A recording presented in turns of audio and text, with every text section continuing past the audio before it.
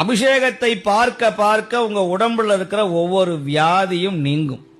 இது சத்தியம். இது யாருக்குமே தெரியாது. இதுதான் பெரிய எளிமையான பரிகாரம் ஐயா. மிக எளிமையான பரிகாரம் இது. உங்க உடம்புல எத்தனை வியாதி இருந்தாலும் ஒரு அபிஷேகத்தை பார்க்கணும். அந்த அபிஷேகத்துக்கு உங்களால் முடிந்த அந்த பங்கு இருக்கணும். அப்படி இருந்தா உங்க உடம்புல இருக்கிற வியாதி தன் போலவே குறையும்.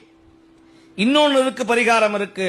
உங்க உடம்புல வியாதிகள் இருந்தால் உழவார பணி செய்யணும். கோயில்ல போய் தட்டை கழுவணும், கோயில்ல போய் பிள்ளை பிடுங்கணும், கோயில்ல போய் சாக்கடையை தூய்மை பண்ணணும், அடியார்களுடைய அந்த கோயில்ல இருக்கிற குப்பையை அள்ளணும். அப்படி அல்ல அல்ல அல்ல உங்கள் வினை கழியும், கஷ்டம் ஒழியும், உடம்புல இருக்கிற வியாதி நீங்கும். இது உண்மை. அப்ப அதெல்லாம் முடியாதவங்க என்ன செய்யணும்னா, அதெல்லாம் முடியாதவர்கள் சுவாமியினுடைய அபிஷேகத்திற்கு உங்களால் முடிந்த, இப்ப